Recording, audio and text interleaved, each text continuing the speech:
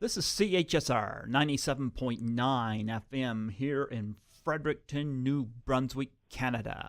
This is Python's Paradise, your film and music show, and this is your host, Greg Gilbert, aka the Python Hyena. And folks, next year, Valley Girl turns 35.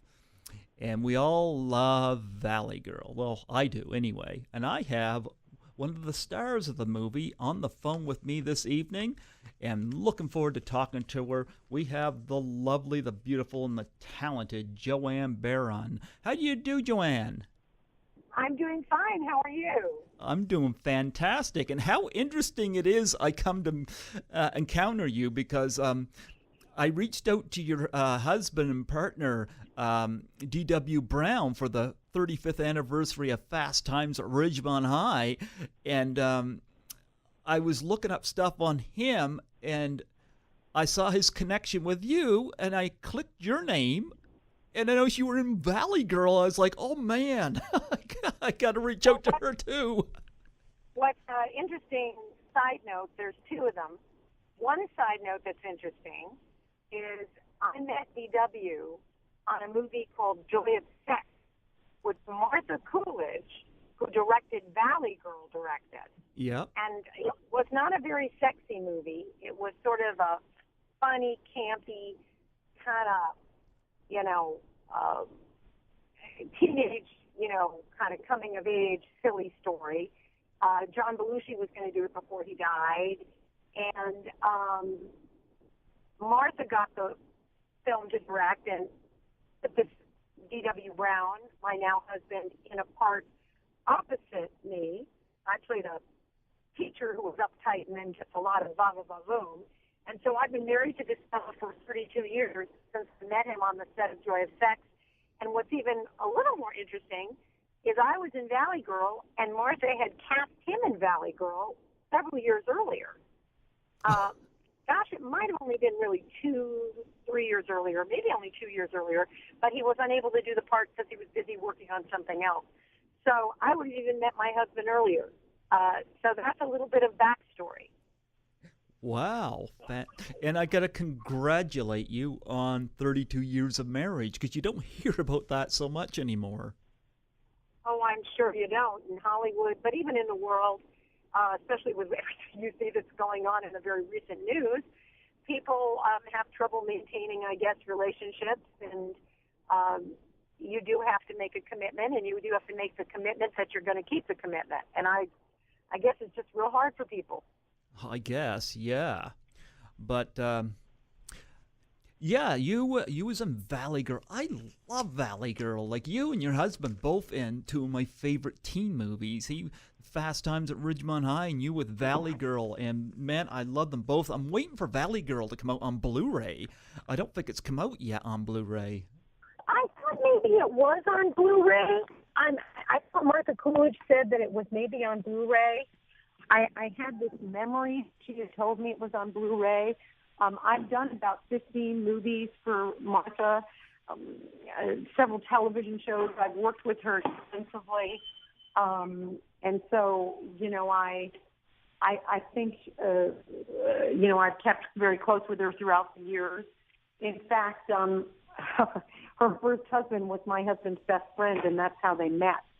So there you have another little tie-in. And so I thought Martha said that there was a celebration of some kind that came for Valley Girl, and that in the celebration they were celebrating maybe Blu-ray. I could be wrong, but I kind of thought that maybe that was something that had already happened. Valley Girl was very special to me because there was absolutely no money, like many independent low-budget films, and everything had to be done on one take. So I had a high school setting in an auditorium, and I don't know if the extras were actors. I kind of felt like they weren't. And they were not, privy to the importance of, quiet or focus. So they were jeering and making noise and carrying on and laughing, and really, it was quite a crazy scene. And I was trying to remember what I was saying because I wrote it in a hotel room after I flew in to work with Martha on the part. And I had one take to do it while people were, I hope it's okay to say this on this show, but they were giving me the middle finger and jeering and shouting and making noise. And it was quite the cuckoo for Cocoa Puffs kind of experience of, overcoming the limitations. And I had a blast because eventually when I did the part and they improvised it and I had written it, it was extremely successful. And I had a beautiful review from the New York Post saying it was the funniest thing in the movie. And I took great pride in that. So it was a wonderful experience. I named my character after Meg Lieberman, who is the president of CBS Casting, who had become a friend of mine when I did a TV pilot for Lovers and Other Strangers, a classic movie. Might have been nominated for an Academy Award. And I did the TV series version of it, and she cast me in it. I became close with her, and when I got this part, I wrote my part to have her name, Miss Lieberman. Okay.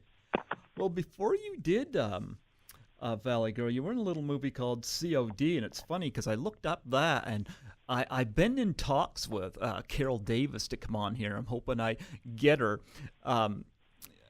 What was that? I never heard of COD. Do you want to talk about that a bit? Well, that might have been when I was an absolute baby. I mean, a baby in New York.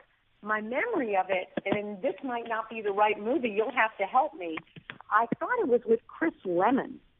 Was Jack Lemmon's son the star of it? I don't know. The only name I recognized was Carol Davis. So. Well, I think my memory is that COD was a kind of vampy, campy, irreverent kind of silly film. One of the first things I ever did, I might have been like 19 when I first got to New York. And I have this memory that my agent, Richard Cataldi, was friends with several of the people involved, and he cast several people, and I was one of them. And I remember, I think it was kind of silly and kind of spooky and comic and a little bit off the wall. But, I've been blessed to be in things like Spider-Man and, one of my first movies was Universal Soldier with Jean-Claude Van Damme. So I've got some things that are sort of iconic classics. You just mentioned one that is so long ago that I actually can't remember it. Yeah. I actually can't remember it that well. I really can't. It was so long ago. But I do think that vague memory is that it was a campy, funny, sort of satirical thing, and Chris Lemmon was the star of it. Okay.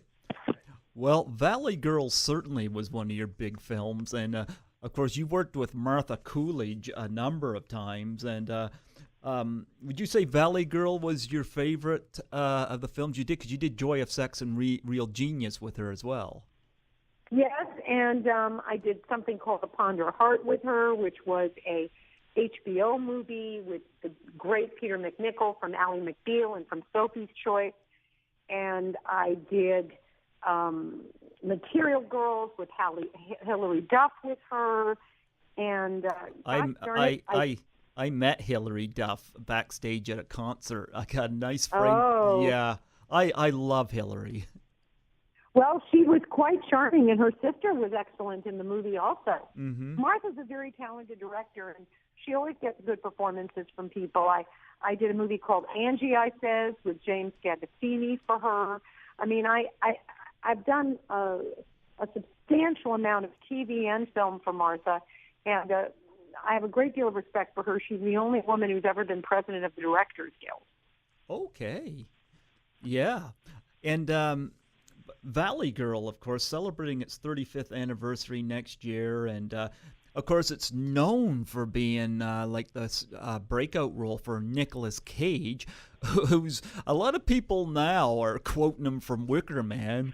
We're the not the bees, not the bees. But you know what? I think that's part of what makes him kind of fun, because I really liked him in Valley Girl. You can kind of really sympathize with him. I thought he was so tender and so vulnerable and so funny and so irreverent and so brilliant. I wish he played more parts like that, the way that he brought some of those qualities on the darker side in Leaving Las Vegas, playing the alcoholic, self-destructive drunk. I mean, his independent art films, I think, are brilliant. And it's not to say his big commercial films, weren't enormously successful and cool, but I really think that his work in Valley Girl, which was his first major movie to my knowledge, maybe he had a small part in Rumblefish. I'm not sure. Yeah, he was in that, and he flipped burgers in Fast Times at Ridgemont High as well. Oh, that's it. I remember now. But he was in Rumblefish as well. Yeah. Yeah, but when he did Valley Girl, what he brought to that, and Cameron Dye as the sidekick. I mean, I just thought that they, I don't know, it was really a little magical and very touching to me. The characters were vivid and human and vulnerable and funny and off-center. It was really something special. Yeah. What was it like working with him? Well, I loved him. I mean, I just thought he was cool and funny and hip and special, and I loved him. I mean, I just thought he was, I'm not sure that I was so cognizant about his connection to Francis Coppola, etc., that he was the nephew. I believe that's the relationship. But I just felt he himself had an irreverent kind of unique quality that was, charming and, interesting and just very special and different than other people. Yeah, and I've been in touch with Deborah Foreman. Of course, it was the love interest, object of desire in the film, and I'm hoping next year to get her on. I always liked Deborah Foreman, and I really liked her in this as well. What was it like working with her? She was wonderful, and I sometimes connect with her on Facebook.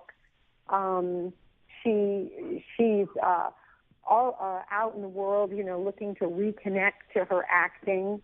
And a lot of people, as you know, go through things in their lives where they kind of pull away and maybe they raise kids or they have families. And I think she hadn't been acting for a while. I do think that Valley Girl is being done now as a musical. It is. And she is in some way doing a little part in it. Yeah, that's what she sent me the name of somebody to contact for possibly next May to interview her, and I hope to get her on. I've always liked Deborah Foreman, I think she's got a nice quality to her. She's definitely good looking, and you could see why Nicolas Cage was smitten with her. Well, she was absolutely charming, as cute as a pen. Yep. And, just absolutely charming and as cute as a pen. And just had those dimples and that twinkling quality. So I don't think there's any question that she, had and has something very special about her that was very star quality. For whatever reason, it varies so much in this industry. She maybe took a break. Maybe she didn't take a break. I didn't track her career. But, I've always worked and I've kept working and I've written things and developed things, and whether it's, a play or it's a movie or a TV show. I created a movie called Allie and Me with Lady Kazan and Diane Cannon, and it was improvised in a technique that Martha Coolidge was trained in that we worked together on called the Meisner Method. And I had another movie called Perfume with Jeff Goldblum and Michelle Williams and D.W. Brown. And D.W. Brown. Yeah. And all of these things that I've done, I kept doing. Some people, and, take breaks, and I may be wrong, but I think Deborah Foreman took a bit of a break, maybe to raise a family. Sometimes people actually have a lot of success, and they've been acting since they've been kids, and they take breaks, and they're like, wow, I've been acting my whole life. I think I won't act now. So I don't really know, but I will say that some movies like Fast Times at Ridgemont High and Valley Girl seem to have quite a lot of people that started out and continued, that the actors had, sort of movies that were iconic where people got started and went on to have careers. I don't think that happens all the time, but some movies just launch a whole group of people into careers. Wow, yeah. And of course, there's that Valley Girl again, great cast. Elizabeth Daily, and that, of course, is the voice of one of the Rugrats. Yes, I was thinking that's what it was. I had that memory of that, and I've seen her also in other things. I've seen her audition, on the circuit. I've seen her auditioning, and I've seen her in other things, maybe a TV guest star, other things. But definitely, she continued her singing. I liked her in Wacko. That I did not see. It's a horror movie comedy. But Michael Bowen went on to do a lot of different things. Yeah, he's a Charities brother. Yeah, Quentin Tarantino. Yeah. Yeah, he kind of got himself a headache in Kill Bill. But, there's a lot of very interesting actors that, have come out of genre movies that are iconic, and, they just really make a little bit of a cultural dent, and people remember them, and, they associate their childhoods with it and growing up, and, it's very, I think Fast Times and Clueless and Valley Girl and certain movies just are a little bit unforgettable for a lot of people, and they identify it with, times in their lives. I got to bring up this too. I think that Frederick Forrest and Colleen Camp, who of course were both in what I consider the greatest war film ever made, Apocalypse Now. They were both in that, and of course, Martha. Well, that's not. Yeah, none of these things are coincidental. Totally. Martha Coolidge is the protege of Francis Coppola. Okay. And so she became friends with Colleen Camp, and that friendship and my friendship with that friendship, we were sort of the Three Musketeers for many years, doing a lot of things together. Okay. Yeah, because she had Colleen Camp in a lot of movies as well. That's right. Yep. Colleen Camp is a dear, dear friend of hers. They shared a relationship with Francis, and Francis was a mentor to Martha, and I believe produced something that she did. And I think Colleen went on to produce something that Martha did also with Peter Bogdanovich. Oh, wow. Yeah, I remember. Yeah. All the dots connect. So, yes, I adore Colleen, know her all these years still. And she's a very moving and shaking kind of producer now. She produces quite a bit, and she acts in a variety of capacities, sometimes in things she's producing, sometimes other directors' material. And she's an example of someone who's, continued a very active career and is totally dedicated to the industry. Yeah, even that bit part in Apocalypse Now, I love that she was one of the playmates that come off the plane, and I love that scene with the blades are shifting up above their head from the helicopter, like stuff like that. That was just a memorable scene. I don't have the backstory on all that stuff, but I understand that, they were there for months and months and months and months. Yeah. I mean, like even more than a year, and they kept shooting things. So my understanding is that maybe she, had a snippet when he cut it, but that it was, remarkable how much, everybody did in that movie, over the time that it was shot. Yeah. And, of course, Valley Girl, fantastic, and a great cast. And, of course, you went on to do Joy of Sex, also with Martha Coolidge. I've heard various things about John Belushi. Of course, before he died, he was set to possibly be in this film. What was the part he was supposed to play? Was it Christopher Lloyd's role or what? That might have been. I don't really know. I only know that there's a movie that is absolutely brilliant. Now it might have been called Movers and Shakers. I can't be sure. Okay. But it was Tyne Daly and Charles Grodin, and it is the story of Joy of Sex trying to be made.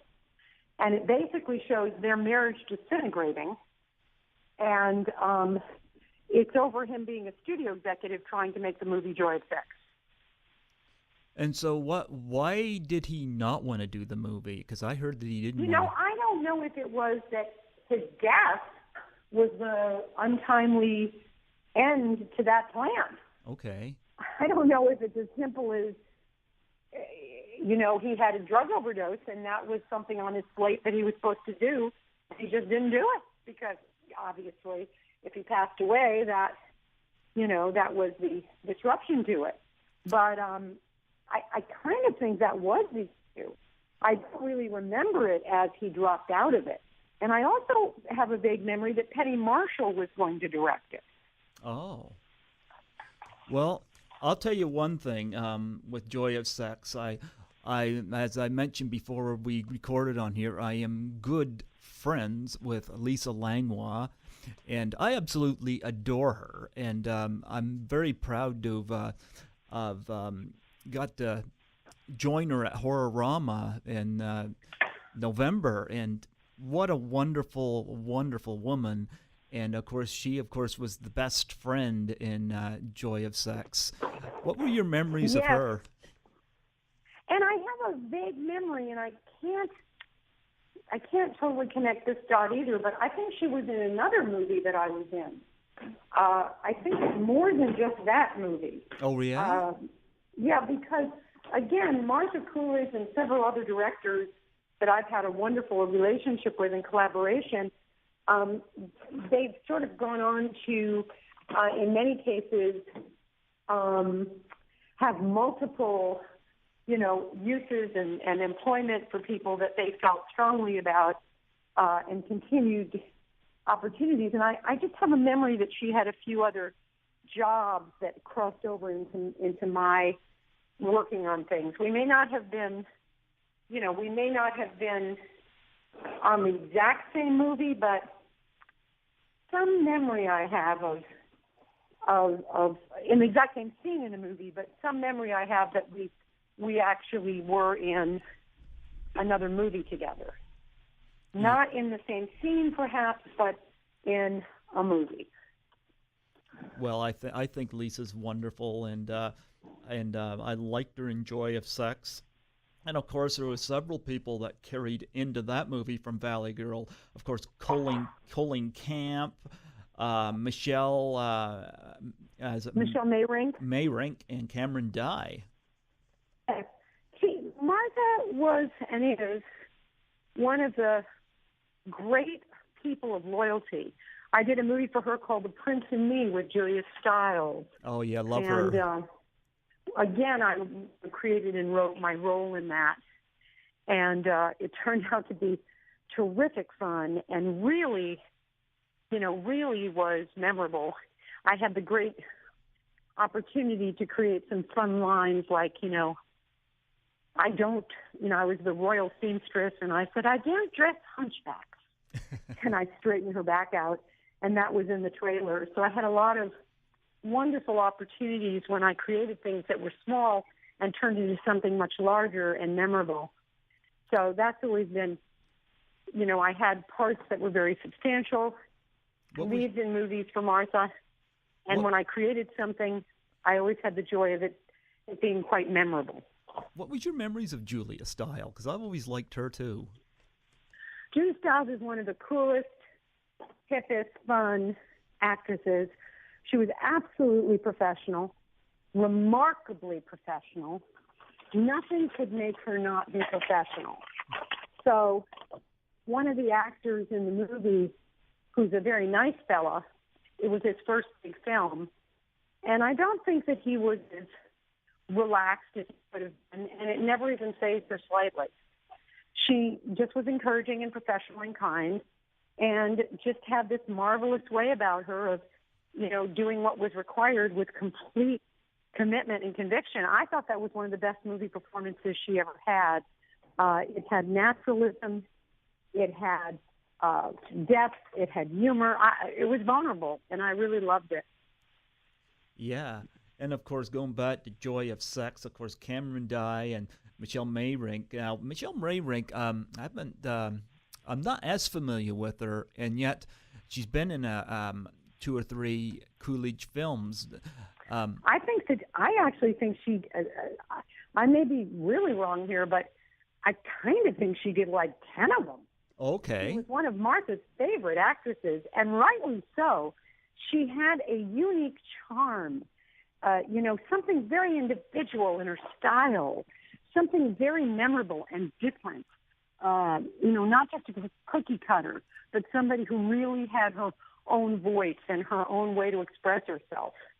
And very, very funny. I have this memory she was with Robert Prescott, maybe in a romantic scene.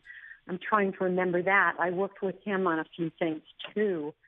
Real Genius, and maybe Robert Prescott was in the Tom Hanks movie. Robert Prescott and her worked together in Real Genius. There's just a whole bunch of people that I've worked with. John Grise, who is in Real Genius for Martha Coolidge. Yep. I did a play with him that D.W. wrote called Fleas. John Grise, of course. John Grise, of course, Uncle Rico from Napoleon Dynamite. Right, and he did a marvelous performance in a play called Fleas that then turned into a movie called On the Inside, which D.W. wrote and directed with Nick Stahl and Olivia Wilde, the great Olivia Wilde. Oh, wow. It's interesting when you talk about all these, situations and people, there's so many dots that connect in life. Mm-hmm. And you don't really look back and think about, oh, I knew this person. Oh, I knew that person. Or, but when you stop and you connect the dots, it's really like a map of your life. What was your memories of Cameron Dye? We haven't really dived into him in detail. I think he was and is a very energetic, funny, warm, gracious, another person who had his sense of humor in a very, sort of unique, off-center. I think Martha always loves actors who are unique. I remember I was on Angie, She Says, with James Gandolfini that she put in that movie, and I felt like she always had taste for somebody who was a little different, a little unique, a little, captivating, because they weren't just conventional. They had something about them that was, special and personal to them. A lot of times when people are trained to act, it seems like they've got a one way of doing something, delivering a line, and it's not really coming from their own truly unique personality. And she always found actors, and helped create performances where people became more and more of themselves in a more and more organic and natural and alive and personal way. So Cameron had a funny sense of humor. He was off-center. He was, the best friend. D.W. was actually cast in a movie with him, and I can't remember the title of it, but D.W. couldn't take my husband couldn't take the part, but Cameron was the lead in a movie, and he was supposed to be his best friend, and somehow that didn't happen because D.W. was unavailable or something. But Cameron, I'm pretty sure is doing things now and working. I think that he is one of the people that stayed in the flow of his career. And, careers go up and down unless you're Tom Cruise, and it just stays at the same place pretty much. But most people, maybe they act a lot, maybe they act a little less, maybe they act in highly visible things, and maybe then they act for a while and people don't even know they're acting. And, but they're still in plays and they're still in movies, but they're in different kinds of roles or different parts, and then they so-called get rediscovered again. Yep. And, of course, Christopher Lloyd was also in Joy of Sex. Any stories about him? Chris Lloyd, I knew a bit. I was involved with a project called Bob the Butler. Okay. And he was, I think he played Bob. I was involved in the early development of it. I think I got a vague memory if I brought it to him, because I developed a friendship with him on the movie, I think. I'm blessed because a lot of the people that I have worked with, I have developed friendships with. Jeff Goldblum, became my best friend after we did the movie Perfume that I produced and created and cast and starred in with Michelle Williams and him and Mariska Hargitay, the great actress, and gosh, there's so many people in that movie that are, spectacular stars and talents. How funny is Jeff Goldblum in person? Jeff Goldblum is one of the most charming and engaging and authentic people you'll ever meet. I've been lucky. Some of the people I've worked with, Robin Wright, Mariska Hargitay, Jeff Goldblum, not everybody is as down to earth and is as authentic, because it's hard to stay true to yourself in a business that's, very much about being hireable, likable. So people kind of shift around a little bit and, try to morph into what might be a success for them. But there are some people who have unbelievable talent and amazing integrity and are really who they are all the time. And I would say that Robin Wright, Mariska Hargitay, Jeff Goldblum, these are very cool, very special, and very unique people in my experience of my life working with people. Yeah, I just saw Jeff Goldblum in Thor Ragnarok, and I just thought he was hysterical. And I loved him in Invasion of the Body Snatchers, The Fly, and various stuff, Jurassic Park. I just think he's got such an engaging, very comedic personality. And he can be dramatic. He did a movie with Anne Heche called Augie. Mm-hmm. I think it was called Augie, and it was just so powerful about a guy who forgets who he is and comes back into,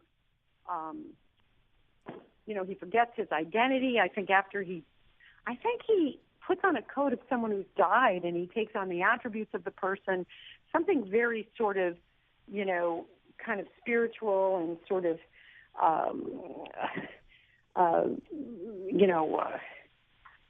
off-center, so to speak. And he's done a lot of dramatic works. He did a movie that I worked with him on called, I think the movie was called Adam, which was about a Holocaust doctor who is put in an institution. And it was really powerful and very dramatic.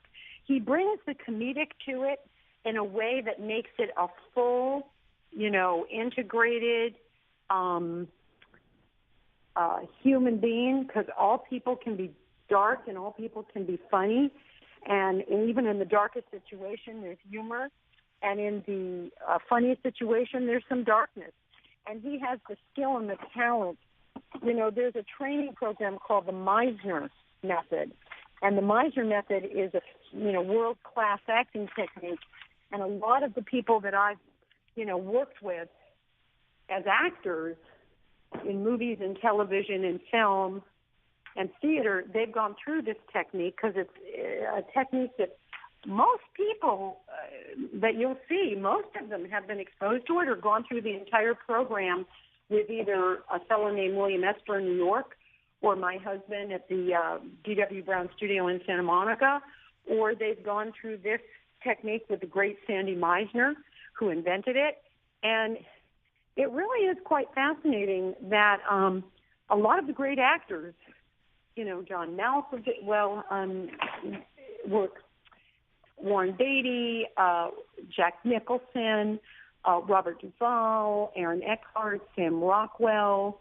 I'm pretty sure Woody Harrelson, Ted Danson, Mary Steenburgen. I mean, I could go on and on. Halle Berry. A lot of people have gone through this approach to acting, which is about imagination and articulation and interpretation that brings people to a very simple place within themselves. And Martha Coolidge did this technique as a director, and so did Sidney Lumet and Sidney Pollack and a lot of other remarkable people.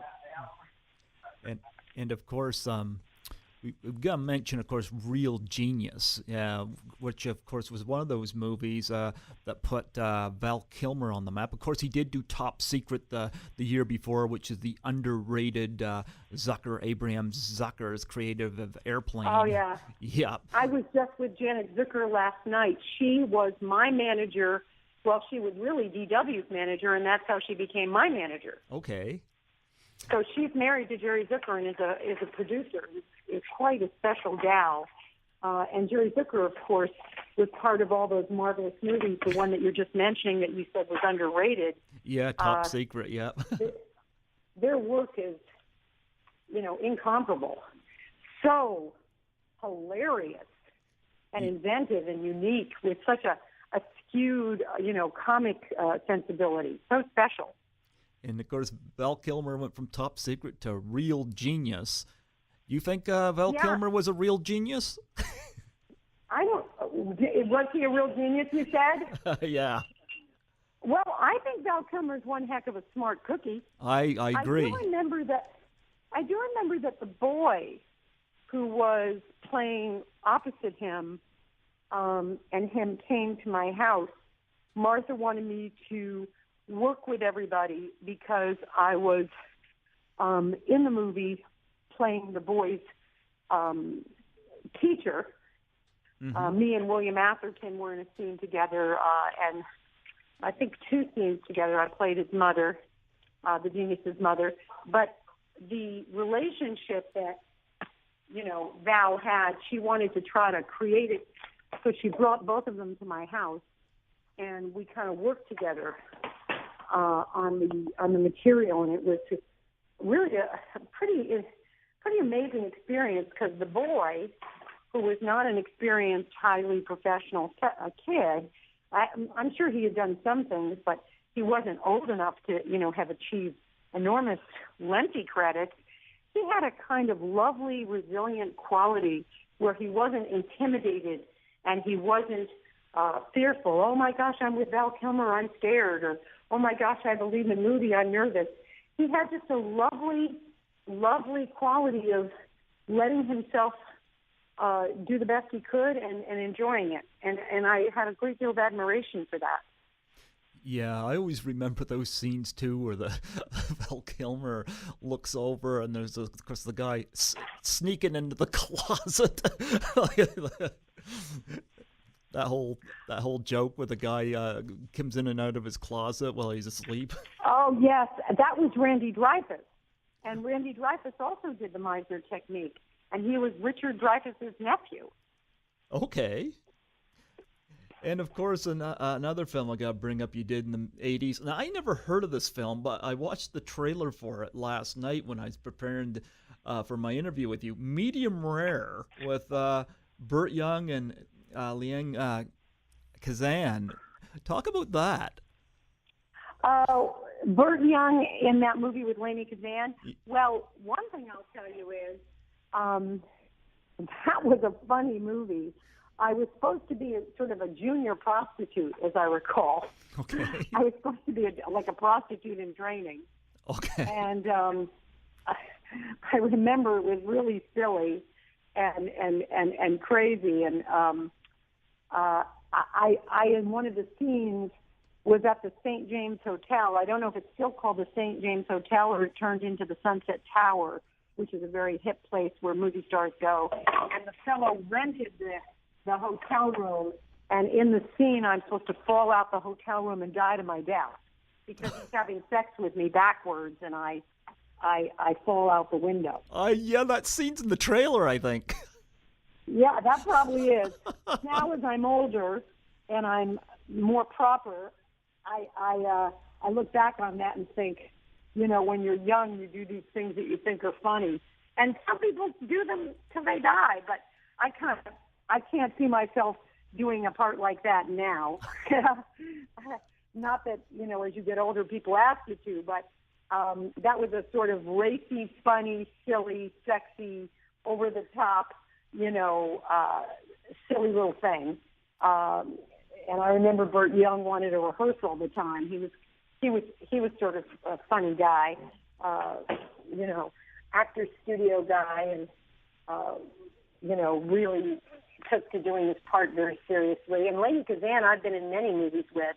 That's why I put her in Allie and Me, which was the movie that I started and wrote and developed about a developmentally challenged or hair stylist beautician who goes on a crime spree. And I put Raimi in the movie, and Diane Cannon was in the movie, and it was a blast. That was like such a blast. I love Diane Cannon. Oh my gosh, she was so brilliant. She's got a scene with me that she fires me. She's so brilliant, just absolutely hilarious. And she's improvising, and it was just amazing. Allie and Me is really funny.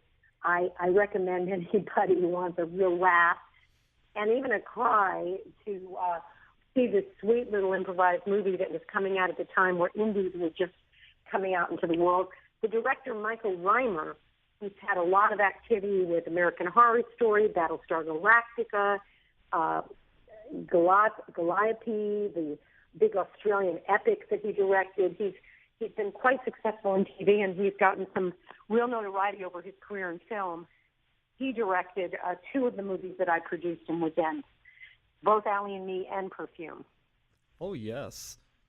And, of course, we also have to touch base on the fact that you got to work under the director of Sam Raimi a couple of times with Spider-Man 2 and Drag Me to Hell. Well, he's a genius. Sam Raimi is one of the great talents in the world. He's very exacting. He's precise. He's a gentleman. He treats people with enormous respect. He wears a suit and a tie when he comes to direct. And he abuses poor Bruce Campbell. And he has dear friends that, again, like Martha, he has used all from his life, So many people that he has developed relationships with that he has, used pervasively in all of his projects. I feel very blessed. I also did a TV series with him called Rake with Greg, movie star, and I'm forgetting the fellow's last name. I shouldn't. He's quite a substantial movie star. He also, I think, is from Canada. Oh, I know. My memory is this movie star is from Canada. Okay. And he was the star of Rake, and I got to have a really fun guest star on it. A widow whose husband has been, I think, gosh, I'm trying to remember if he was run over by a car, but whatever happened, it was sort of a combination of dramatic and hilarious and dark and funny and very Sam Raimi, because everything Sam Raimi does has complexity and humor. And I remember being on Drag Me to Hell with Olivia, who went on to get the Academy Award for the movie Help. And I remember she and I sort of being excited and intimidated by Sam Raimi and sitting in the corner saying, "Oh, he's a genius. Do you think we could go to the bathroom? Oh, we don't want to take a break and, interrupt his stream of consciousness." We just sort of sat in the corner, and then she turns out to get the Academy Award and goes on to be nominated for another Academy Award, just last year, I think it was, for that fabulous movie about the heroes that were the females who were engineers and scientists that went, unnoticed, except in history, yes, by the male population for their discoveries for working in outer space and as engineers. Yeah. And, of course, Spider-Man 2, you worked on that. That was a pretty high-profile film as well. Well, that was a fabulous. I mean, I met James Franco on that, and that was wonderful. He's a Meisner actor, and yeah, he's in The Disaster Artist right now. With my first interview was with Tommy Wiseau, so watching him, I'll be surprised if James Franco doesn't get an Oscar nomination for playing Tommy Wiseau. I think he's praying for it. I mean, everybody's saying, he directed this, and it's masterful, and I just can't wait to see it. I've seen it twice. He also happens to be a very nice person. I'm going to give you some advice. If you go see The Disaster Artist, stay till after the credits. All the credits roll. Oh, no, really? Yeah, because you get to see James Franco as Tommy act opposite the actual Tommy Wiseau, and it's pretty funny. Must be so fun. Yeah, the second time I saw it, I stood up in front of the people in the theater, and I told them, I said, stay till after the credits, and I'd say, my God. Yeah. Because most people just get up and go, so I'd say about 95% of the people listen to me, and they all get a good laugh out of that last little end scene. Oh my goodness, how fun is that? Yeah. How fun is that? Yep. There's a few other movies I got to ask you about. Of course, Universal Soldier with Jean-Claude Van Damme, Dolph Lundgren, and Ali Walker. Well, that was one of the first, maybe in the first 10 movies that I ever did, and that was absolutely a blast. I was on the movie for about a week and a half with the great Dean Devlin, who, of course, now is a superstar writer, producer, big epic films, Independence Day, continued his relationship with the great Roland Emmerich. This might have been one of their first movies, and I just had a blast. It was so much fun, creating that gum-chewing waitress, and Roland was so fun with it and let me do so many things. And Jean-Claude Van Damme, was at that time such a force. He was one of the great action stars and brought so much to it, as well as Dolph Lundgren. It was really a kick in the pants being outside of, Vegas doing this movie and, being in the middle of a big action scene that took a lot for them to put together, where there's, a fist fight that breaks the whole restaurant down into little bitty pieces. So it was quite a kick in the pants. And sometimes you work on a movie and you bring something, like I did a movie called Someone to Watch Over Me with Ridley Scott. Okay. And he told me to improvise, and everything I improvised, the movie opens, the movie begins, and the first few minutes of the movie, I'm improvising everything, and he took everything into the movie to create the ambiance and the sensibility of the relationships and the intimacy of these two couples, Lorraine Bracco and Tom Berenger, and my character and her husband. And it was just, one of those things where you go to the movies and you never know if you're going to be cut or you're going to be used even more fully than you had imagined. And, of course, you were in School for Scoundrels, where, of course, you got to work with Billy Bob Thornton and, the name escapes me, the fellow from Napoleon Dynamite.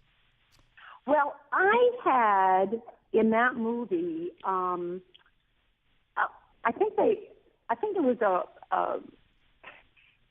an additional day that they created, that they wanted another scene. And so I got tasked doing the big day that they shot out at the airport, this piece of the storyline that they wanted to add. And so I was mostly with these two guys. One, I think his name was Fernando. He was on Saturday Night Live. And the other fellow who was a comic genius. And so I had quite a blast working just that day myself doing the scene with the director who went on to do The Hangover and a million other things, and who's a superstar. I love The Hangover. It was really quite wonderful. There's times in your career where you get the opportunity to do something and you just feel, very blessed. You meet somebody that maybe you'll go on like Martha Coolidge to work with the rest of your life. Or maybe it's one time and you just have the most fun in the world, like when I worked on Mad Men, or I worked on Curb Your Enthusiasm with the great Larry David. So the fun of this career is that it is a real adventure, and there's always a surprise. And yes, there is a lot of rejection, and yes, a lot of people maybe don't sustain their careers or take a break and come back. But it's never boring. Even when you feel disappointed, there's always something exciting happening, and it's always got your attention.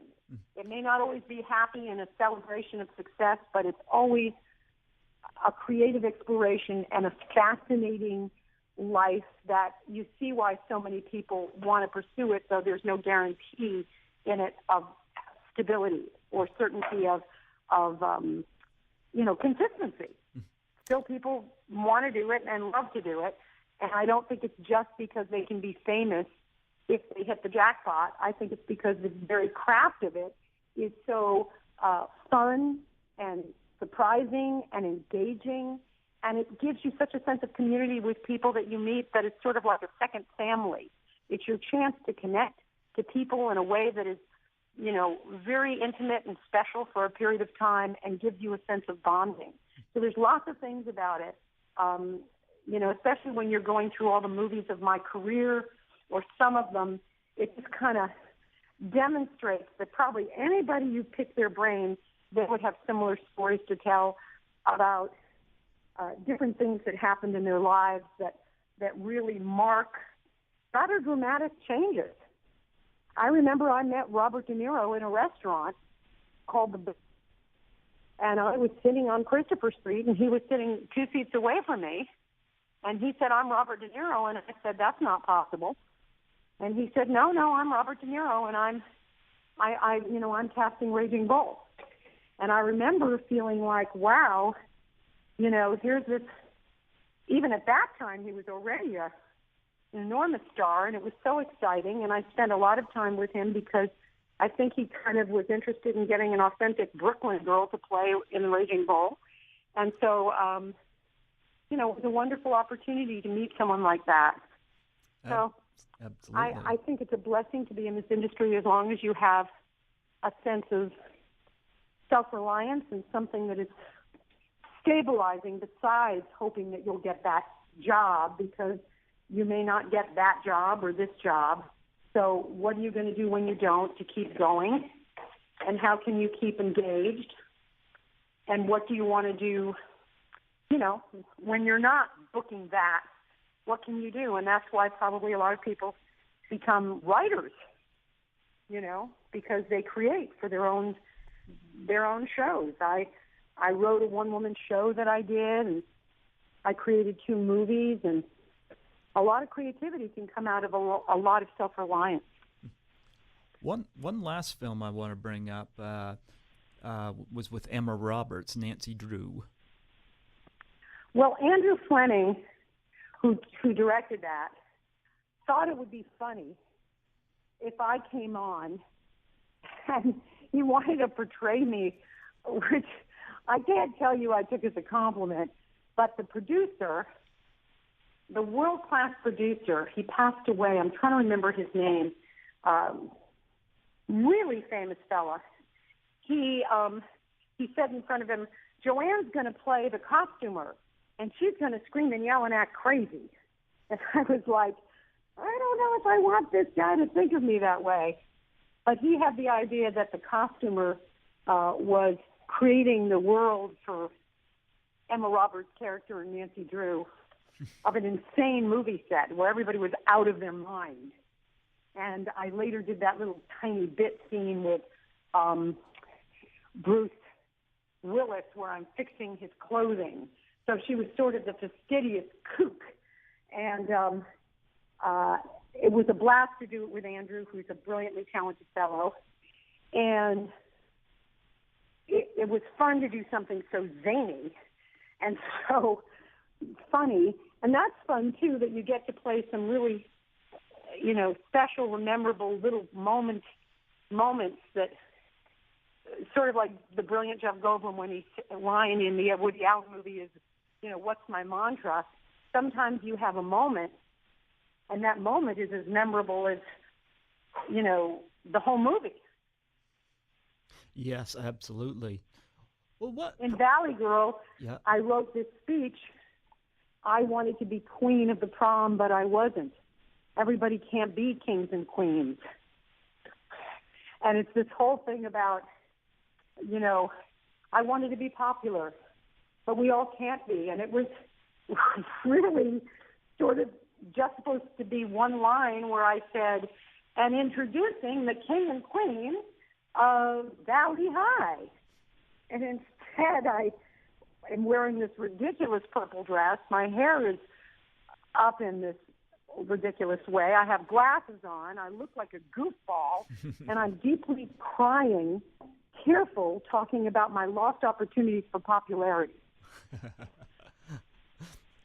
I wanted to ask, what you got any projects coming up that you're allowed to promote and yet you're able to? Well, I am right now on a TV series called Lady Dynamite, Okay. which is with the incomparable Maria Bamford. And Maria Bamford is considered to be the comedian's comedian. Okay. And that series has people like the director Judd Apatow Yeah. and others that actually perform in it. And Andy Samberg was in one of the episodes that I was in.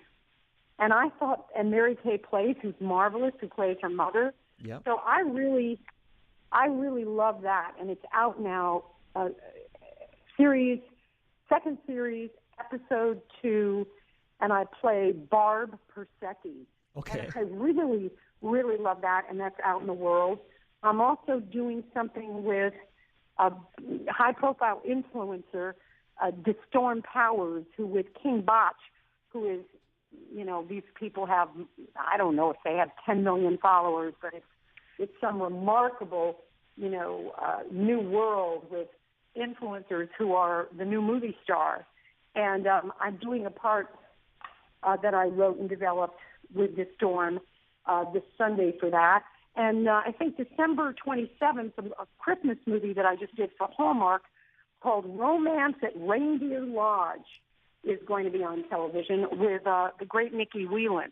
Okay. So I do have a few things that are coming out, and I'm just looking forward to what the future brings in this new year and looking back gratefully for the things that I've done. Do you have any charities that you're involved in that you want to promote? Say that again? You have any charities you're involved in that you want to promote? Well, I am involved in, doing service for the homeless, and I'm involved in something called the Angel Store at my friend's place. These are places that I contribute to, that I support, that feed the homeless and help kids get off the street. And that's the kind of thing I'm interested in. I'm particularly interested in my friend's place, and I'm very interested in a charity called Kids in the Spotlight, which a brilliant Meisner teacher named Sharon Hawk is one of the co-executive producers for. And every year kids that are at risk, who are living in state institutions, get together with filmmakers and actors and create little short films of their own personal stories, and they star in them, and they write them, and professionals come in and direct them. And so Kids in the Spotlight is very near and dear to my heart. And my husband, one year, did one of the movies for them. So that's very special to me. Oh, fantastic. Do you and your husband, you have a web page you want to promote on here? Baron Brown, www.baronbrown.com is my husband's acting school, which is a pretty groovy place with writers, directors, producers, and actors. www.baron, B-A-R-O-N, Brown, B-R-O-W-N.com. And you can find us if you Google us in Santa Monica, California. But they do things by Skype, and they do short-term training and Sometimes they go out of the country. They just did a class in Israel. They've done classes in Paris, both in person and by Skype. So that's wonderful. Okay. Well, you know what? I was so honored to have you come on here tonight and, of course, promote what's going to be now the upcoming 35th anniversary of Valley Girl. Love that movie, and looking forward to doing more with that in 2018. So I really appreciate you coming on here, and I also, again, got to say a shout-out to 32 years of marriage to you two.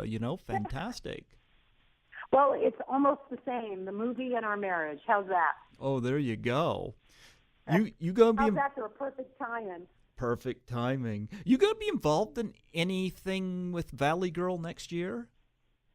I don't know. I actually am so partial to that project that I asked my agent to reach out and let them know that if they want Miss Lieberman to show up for the musical, I started my career singing on Broadway and in nightclubs, and I sang with Whitney Houston's mother, Sissy Houston, did comedy and singing, and then she would come on and sing, and kind of like an act that we did together for a while. I was hopeful to be somehow participating in the musical version of Valley Girl. But so far, I don't know anything but that the lovely Deborah Foreman has announced that she was invited to do something. And I don't know anything else that's going on with it. But I'm always interested in symposiums, seminars, screenings. It's an extraordinary movie. It launched so many people's careers, and it's hilarious and touching, and really just in an age where there's not much of it, this just really brilliant, great fun that's sort of clean. Yes, absolutely. Well, I appreciate you coming on here tonight, and I was going to say, before I let you go, would you mind doing a plug for my show?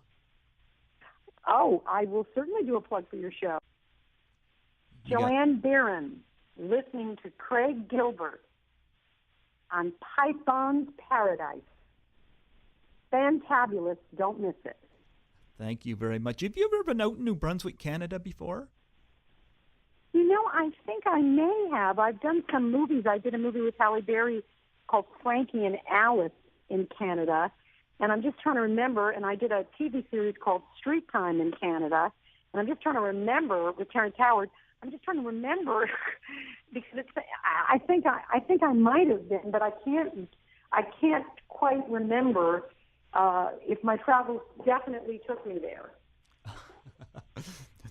Well, I was going to say it was a real joy having you on the show, and I want to say God bless you and thank you so much for the honor. Absolutely, and God bless you. And it's funny that you are, passionate about the industry and the art and turning the people of Canada on and about all these great things that you see and are a fan of and are participating in. And I thank you so much for your time, too.